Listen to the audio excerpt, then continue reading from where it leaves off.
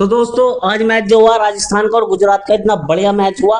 गुजरात ने पहले बैटिंग करते हुए 209 रन बनाए और जैसे ही राजस्थान खेलना ही वापसी में 210 का रन का जो है ना एक टारगेट, एक राई जैसा बना दिया, एक पहाड़ स्कोर। और वैभव सूर्यवंशी, शायद मुझे ऐसा लगता है संजू के चोट न लगती ना, ये जो स्टार है ना, ये जो एक सोना है, हमें देखने को नहीं मिलता। और जो भी होता है एक अच्छे के लिए होता है। तो वेलकम टू फ्री 86 गाइस। आज बात करते हैं इस मैच की पूरी डिटेल में इमरान भाई के साथ। तो इमरान भाई देखा जाए तो जैसे गुजरात बैटिंग कर रही थी, मुझे ऐसा लग रहा है कि टोटल कंट्रोल बैटिंग थी। 209 रन का स्कोर जो है ना एक कम नहीं होता दूसरी टीम के लिए, और राजस्थान जैसी फॉर्म में नहीं चल रही थी। मुझे लगता है कि 210 का जो टारगेट था बहुत था, और जैसे ही राजस्थान बैटिंग करने को आई, ये टारगेट जो है ना एक बिल्कुल ही छोटा बना दिया। आप गुजरात की बैटिंग के बारे में क्या कहना चाहोगे? देखो आसिफ भाई, मैं न्यूजीलैंड की टीम के साथ में कंपेयर करता हूँ जीटी की टीम को। इसके सबसे बड़ा जो रीजन है वो ये है कि आपने अगर आपसे पहले भी कभी देखा होगा, कभी भी आईसीसी के टूर्नामेंट हुए हैं, वर्ल्ड कप हो, टी20 हो, चैंपियंस ट्रॉफी हो, हमेशा जो नजर रही है ना वो दूसरी टीमों पर रही है। यहाँ पर जो न्यूजीलैंड की टीम है चुपचाप आकर सेमीफाइनल में खेल जाती है, किसी को पता भी नहीं चलता, कानो कान भनक नहीं होती। सेम यही हाल गुजरात की टीम का है। टीम में चैंपियंस खिलाड़ी हैं लेकिन वो किसी को कानो कान खबर नहीं होने देते कि हम कैसी बैटिंग कर रहे हैं, मैच जीतेंगे और चुपचाप अपने घर पहुंच जाएंगे। यहाँ पर अगर आप मैं बैटिंग लाइनअप की बात करूं, 209 रन आज बनाए गुजरात की टीम ने। साई सुदर्शन ऑलमोस्ट हर मैच में 50 रन मार के जा रहे हैं। साथ देने के लिए उनको शुभमन गिलाते हैं। पूरे तरीके से फॉर्म में नहीं है लेकिन फिर भी जहां पर उनको बैटिंग में जरूरत पड़ती है उनकी सबसे ज्यादा रन बनाकर जा रहे हैं। 39 रन आप देखोगे आज के मैच में सुदर्शन ने मारे, 84 रन शुभमन गिल ने मारे। ओपनिंग जो चली 93 रन की चली। उसके बाद में आए जोस द बॉस, जोस बटलर ने फिर 50 रन की आज पार्टनर जो पारी खेली। तो अगर पहले 2 विकेट की मैं बात करूं, 165 रन तक दूसरा ही विकेट था। यहाँ पर गुजरात की टीम की जो एक बैटिंग की स्ट्रेंथ है ना वो ये है कि कड़ी से कड़ी मिलाकर चलते हैं। जो टीम को साथ लेकर चलने वाली एक जो कहानी है ना इनकी, सबसे अच्छी लगती है मुझे। अगर आप किसी टीम के खिलाफ में बैटिंग भी करो, रन भी ना दो, तो दूसरी टीम के बॉलरों की सिरदर्दी बन जाती है। सेम वो गुजरात के बल्लेबाज करते हैं, विकेट भी बना रन नहीं देते अपने, रन भी बनाते हैं, तो सामने वाली टीम परेशान हो जाती है कि इनका विकेट कैसे लें। और यही कारण है कि गुजरात की टीम हमेशा बल्लेबाजी में दूसरे टीम के लिए सरदर्द बनी हुई है। तो इमरान भाई, गुजरात की बैटिंग जो है, उन्होंने तीन ही बल्लेबाज दिखाई दिए जिन्होंने रन बनाए। अब बात करते हैं राजस्थान की बॉलिंग की। बॉलिंग राजस्थान की इतनी बेकार है, मुझे लगता है कि जो राजस्थान के मैनेजमेंट को है, बॉलिंग पे इतना काम करना पड़ेगा। जैसे दो तीन मैचों में जोफ्रा आर्चर ने वापसी करी थी, आज वो भी पिटते दिखाई दिए।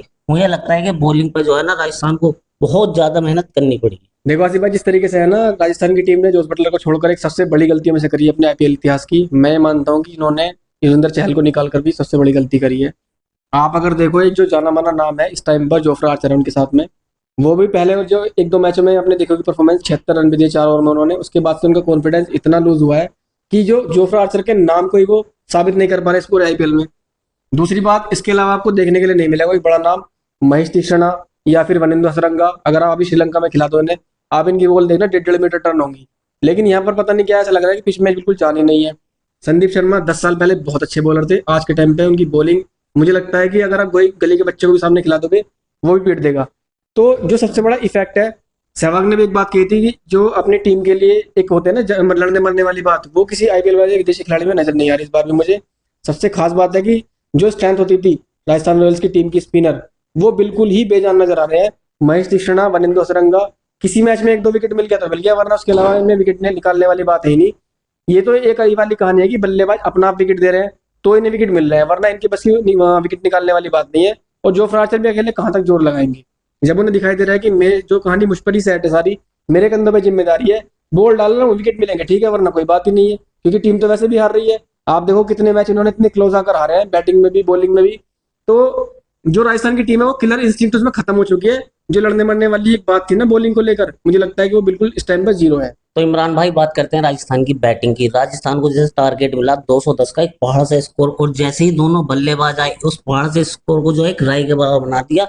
और जैसे आज उन्होंने बैटिंग करी राजस्थान, मुझे ऐसी लगी जैसे बिल्कुल बदल गए। जैसी अटैकिंग क्रिकेट उन्होंने खेली और जो फिनिश नहीं कर पा रहे थे, आज दोनों बल्लेबाजों ने किसी का नंबर ही नहीं आन दिया, और मैच जो है ना 8 विकेट से जीत गए। और सबसे पहले तो मैं वैभव सूर्यवंशी की बात करना चाहूंगा आपसे। देखो आसिफ भाई, जिस तरीके से वैभव सूर्यवंशी ने आज बैटिंग करी है ना, मुझे लगता है कि कल की पूरे न्यूज़पेपर, स्पोर्ट्स हेडलाइंस, जो टीवी चैनल है सभी में उसका नाम छाने वाला है। एक आपने कहावत सुनी होगी कि कोयले की खान में हीरा मिल जाता है। मुझे लगता है कि यहाँ पर राजस्थान की टीम को कोयले की खान में नागमणि मिल गई और अपनी इच्छा से वो कुछ भी कर सकते हैं। जिस तरीके की बल्लेबाजी उसने करके दिखाई है, शायद एक सदी में एक ऐसा बल्लेबाज, एक खिलाड़ी आता है जो उन्होंने आज बैटिंग करके दिखाई है। 14 साल का एक बच्चा, आप लोग कभी नहीं देखोगे कि ईशांत शर्मा जैसे बल्लेबाज जो बॉलर है, उसे एक 24 साल का लड़का भी इतनी तगड़ी हिटिंग कर सकता है उसके खिलाफ। जो उसकी सबसे एक अच्छी बात है, डरता नहीं है।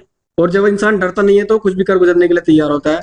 जिस तरीके से उसने बैटिंग करी है, ईशांत शर्मा ने 27-28 रन लिए और ईशांत शर्मा की लाइन और लेंथ बिगाड़ दी। अगर आप देखोगे ना, हाईलाइट देखना उस मैच की, वो ऑफ स्टंप के बाहर वाइड गेंद फेंकने लगे थे। उसके बाद में करीम जान्नत के उन्होंने 30 रन मारे।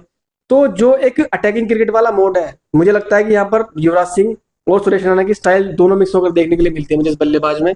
और जब उन्होंने पहली इनिंग खेली थी अपनी, जब आउट हुए थे रोकर गए थे, लेकिन आज जिस तरीके से 50 करी और उसके बाद में सेंचुरी मारी, 11 छक्के लगाए अपनी इनिंग में।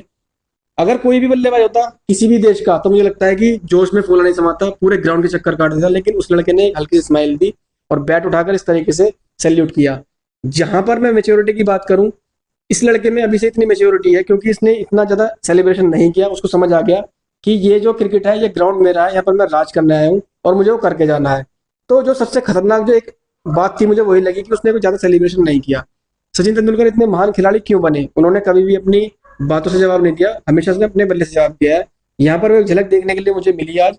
बस मैं दुआ करता हूँ कि इस खिलाड़ी का जो अंजाम है पृथ्वी शॉ की तरह ना हो जाए, क्योंकि उसको भी स्टार्टिंग में वीरेंद्र सहवाग और सचिन तेंदुलकर में मिला रहे थे और हकीकत में बहुत अच्छी बैटिंग भी करते थे। लेकिन आज के टाइम पर बोल सकते हैं कि लाइमलाइट ने उनका दिमाग खराब कर दिया। ये जल्दी से वो इंडिया की टीम में आ गए, इसलिए उनकी जो एक लय थी वो बिगड़ गई।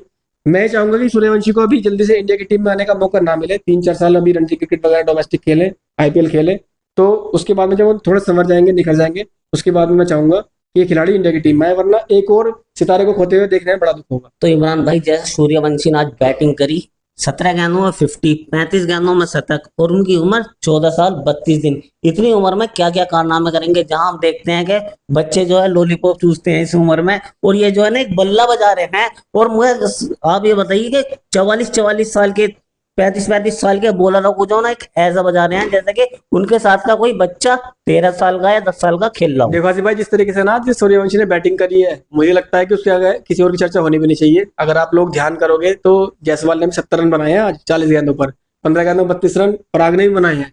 लेकिन जो एक उधम मचा के गया है 14 साल का बच्चा, हकीकत में 100 साल के बाद में शायद कोई ऐसा प्लेयर आएगा जो इतना उधम मचाएगा। और अगर आप बैटिंग में देखो, जैसे मैंने नहीं बताया, ईशांत शर्मा की लाइन और लेंथ बिगाड़ दी, करीम जान्नत को उन्होंने 30 रन मारे।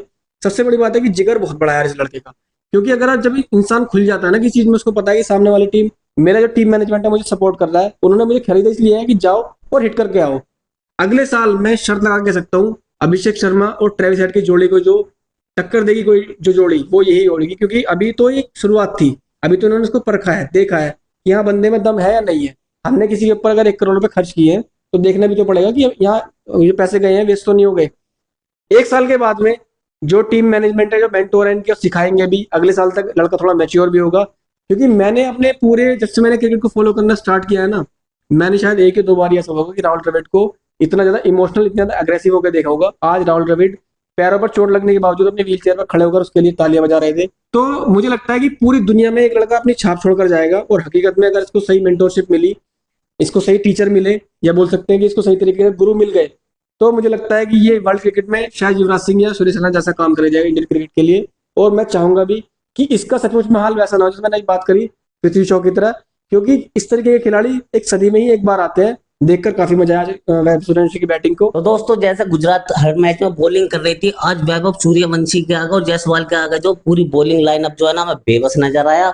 और मुझे लगता है कि ये जो सूर्यवंशी है ना, इसका नाम आगे तक जाने वाला है। वीडियो कैसी लगी, वीडियो को लाइक करें, शेयर करें और कमेंट करके जरूर बताएं। और हमारे चैनल जो सब्सक्राइब करें, फेसबुक और इंस्टाग्राम वाला पेज हमारा फॉलो करें।